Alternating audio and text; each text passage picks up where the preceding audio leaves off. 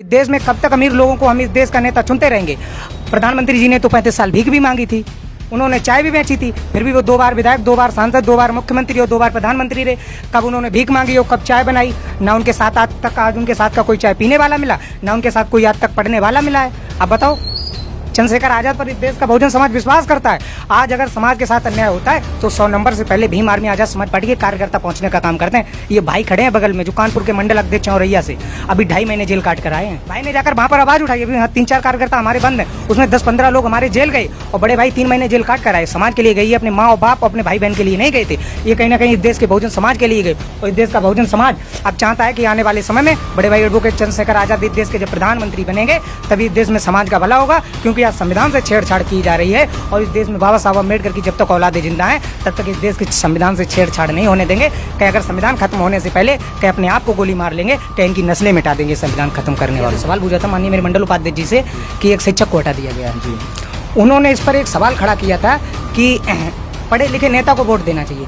तो माननीय प्रधानमंत्री जी ने ये शायद वीडियो सुन लिया और उस शिक्षक को हटा दिया। तो मैं मानता हूँ कि माननीय नरेंद्र मोदी जी ने ये एक्सेप्ट कर लिया कि मैं बगैर पढ़ा लिखा हूँ, अनपढ़ हूँ। किसे प्रधानमंत्री होना चाहिए आपकी नज़र में? देखो, मेरी नज़र में तो अब इस देश में अगर कोई अच्छा नेता है और इस देश में अगर असलियत में कोई अगर समाज के लिए संघर्ष करने वाला है, चाहे आप किसी मामले को उठाकर देख लीजिए, चाहे ओबीसी आरक्षण हो, चाहे बहन बेटियों के सम्मान की बात हो, चाहे आज किसी भी प्रकार का मामला हो, तो इस देश में एडवोकेट चंद्रशेखर आजाद रावण जैसा प्रधानमंत्री और कोई नहीं हो सकता है। क्यों? और हम लोग इस बात का मन बना चुके हैं कि आने वाले समय में बड़े भाई एडवोकेट चंद्रशेखर आजाद जी को इस देश का प्रधानमंत्री जरूर बनाए।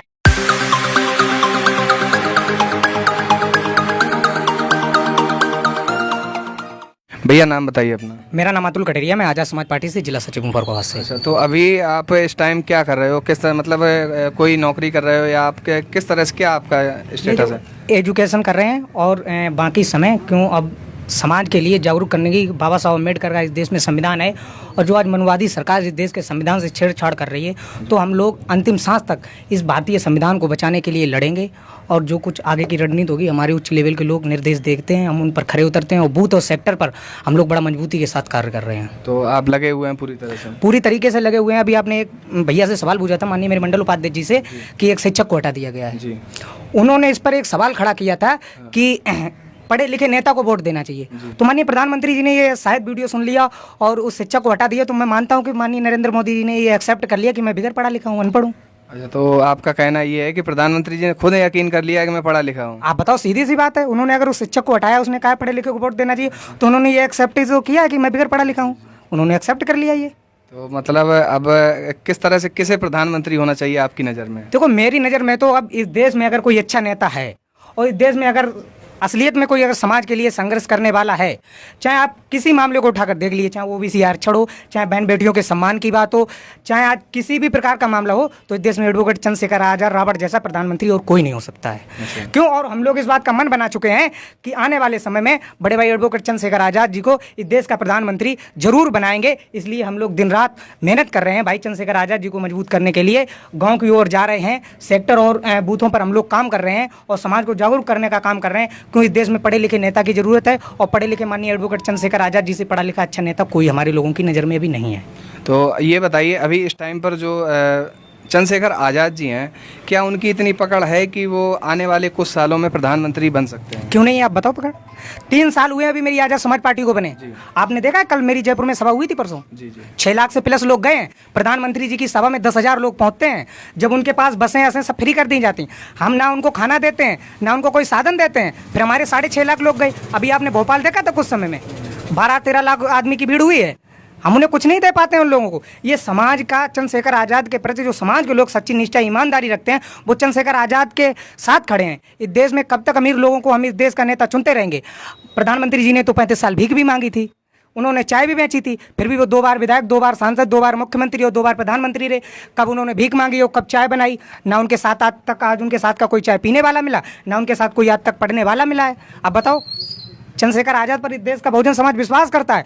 आज अगर समाज के साथ अन्याय होता है तो 100 नंबर से पहले भीम आर्मी आजाद समाज पार्टी के कार्यकर्ता पहुंचने का काम करते हैं। ये भाई खड़े हैं बगल में, जो कानपुर के मंडल अध्यक्ष औरैया से अभी 2.5 महीने जेल काट कर आए हैं समाज के लिए। 2.5 महीने किस वजह से जेल पहुंचे? एक अछलदा औरैया में का चलता है, उस बच्चे के साथ स्कूल में कुछ अभद्रता की गई, भाई ने जाकर वहां पर आवाज उठाई। अभी 3-4 कार्यकर्ता हमारे बंद हैं, उसमें 10-15 लोग हमारे जेल गए और बड़े भाई 3 महीने जेल काट कर आए। समाज के लिए गई है, अपने माँ और बाप अपने भाई बहन के लिए नहीं गए थे। ये कहीं ना कहीं इस देश के बहुजन समाज के लिए गए और इस देश का बहुजन समाज अब चाहता है कि आने वाले समय में बड़े भाई एडवोकेट चंद्रशेखर आजाद इस देश के जब प्रधानमंत्री बनेंगे तभी इस देश में समाज का भला होगा, क्योंकि आज संविधान से छेड़छाड़ की जा रही है और इस देश में बाबा साहब अम्बेडकर की जब तक औलादे जिंदा हैं तब तक इस देश के संविधान से छेड़छाड़ नहीं होने देंगे। कि अगर संविधान खत्म होने से पहले कि अपने आप को गोली मार लेंगे, कि इनकी नस्लें मिटा देंगे संविधान खत्म करने वालों की। अच्छा, तो प्रधानमंत्री जी अगर आप चंद्रशेखर जी को बनाना चाहते हैं तो गठबंधन की कोई ज़रूरत है या नहीं है? गठबंधन तो हमारा ऑलरेडी है, गठबंधन जनता के साथ है हमारा। अच्छा, जनता के साथ बिल्कुल, गठबंधन तो जनता के साथ होता है भाई। गठबंधन वाले वोट थोड़ी, वोट जनता देती है और जनता इस बात को अब समझ चुकी है कि भारतीय जनता पार्टी की निकम्मी और नालायक जुमलेबाज सरकार को वोट नहीं देंगे, इस बात को जानती है। तो जनता इस टाइम चंद्रशेखर आजाद जी के समर्थन में है? बिल्कुल समर्थन में। आप देख रहे हो जब सभाएं हो रही हैं, इतनी बड़ी बड़ी सभाएं हो रही हैं, उसमें ये समाज के लोग पहुंच रहे हैं, जहां बारिश कड़ी धूप, हम लोग टेंट की भी व्यवस्था नहीं हमारे लोग करा पाते हैं, फिर भी ये लोग धूप और घाम खाना पीना कुछ नहीं देखते। हम लोग तो वो जो एक टाइम का लोग, हमारे लोग खाना नहीं खाते हैं, वो लोग इस मिशन को चला रहे हैं। इस देश में बहुजन समाज के लोग बड़ा मजबूत हैं और अब ये ड्रामाबाजी नहीं चलेगी, ना जुमलेबाजी चलेगी कि आपने किसी दलित के घर पर खाना खा लिया, अपना खाना अपनी पत्तल मंगाकर खाना खा लिया। अरे मैं मत दिखाओ, दंगे होते नहीं हैं, दंगे इस देश की सरकारें करा रही हैं। आप नूह मेवात का देख रहे होंगे मामला। इस देश की सरकार सिर्फ हिंदू और मुस्लिम, हम लोगों को हिंदू तब बनाया जाता है जब हमारे लोगों का वोट लिया जाता है, हम लोगों को हिंदू तब बनाया जाता है जब मुसलमानों से लड़ाया जाता है। आप बताओ, हर एक आतंकवादी इस देश का मुसलमान नहीं होता है। आप बताओ, अगर हर एक इस देश का आतंकवादी मुसलमान होता तो फिर गांधी को मारा वो कौन था? बताओ आप। तो वो मुसलमान नहीं थे? कौन था गांधी को मारा? वो मुसलमान थे। आप बताइए। नहीं, कैसे? वो सीधी बात, मुसलमान नहीं थे, सब जानते हैं। मुसलमान नहीं थे। कौन था आप बताओ? सिर्फ हिंदू मुस्लिम कराने का काम करती है ये सरकार और हम लोगों को आपसी ये भाईचारा है, ये बिगाड़ने का, माहौल खराब करने का भारतीय जनता पार्टी की सरकार कर रही है और हम सभी लोग भाईचारे से रह रहे हैं। आने वाले समय में भीम आर्मी आज़ाद समाज पार्टी को बड़ा मजबूती के साथ खड़ा करेंगे और जिस दिन इस देश में चंद्रशेखर आज़ाद इस देश के प्रधानमंत्री होंगे उस दिन दलित, पिछड़े, आदिवासी किसी समाज पर अत्याचार नहीं होगा। ये जिम्मेदारी के साथ कह रहा हूँ। ना दोबारा कहीं मणिपुर जलेगा। आज मणिपुर जल रहा है, सब देख रहे हैं, आदिवासियों के साथ ये हो रहा है।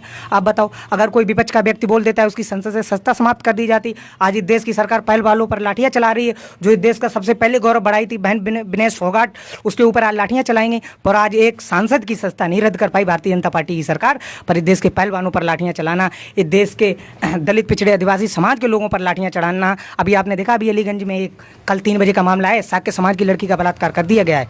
अभी एक 4 दिन की पहले की मामला है कि एक उन्नाव में एक दलित समाज के घर पर हमला कर दिया गया जिसमें उसकी 4 साल की बच्ची मर गई और उस बिटिया के माँ बाप बुरी तरीके से घायल है। हमारे भीम आर्मी के लोग वहाँ पर आंदोलन कर तब उन लोगों को जेल भेजाया। बताओ कहाँ कार्रवाई कर पा रही है सरकार? भारतीय जनता पार्टी की सरकार विफल है इन सब चीज़ों में। इस देश की जनता की सुरक्षा नहीं कर सकती भारतीय जनता पार्टी की सरकार। तो देख सकते हैं किस तरह से, मतलब भारतीय जनता पार्टी पूरी तरह से निष्क्रिय है। किसी भी तरह से जो अपना कहते हैं कि ग्रामवासियों क्षेत्र में किसी तरह से कोई भी मदद नहीं की जा रही है और किस तरह से आज़ाद समाज पार्टी काम करेगी। आज आज़ाद समाज पार्टी के इधर फर्रुखाबाद के जसमई क्षेत्र में इधर मीटिंग हुई है और यहाँ पर किस तरह से आप लोगों ने देखा, किस तरह से सभी लोग देखते रहिए INDC नेटवर्क। मिलते हैं एक नई खबर के साथ।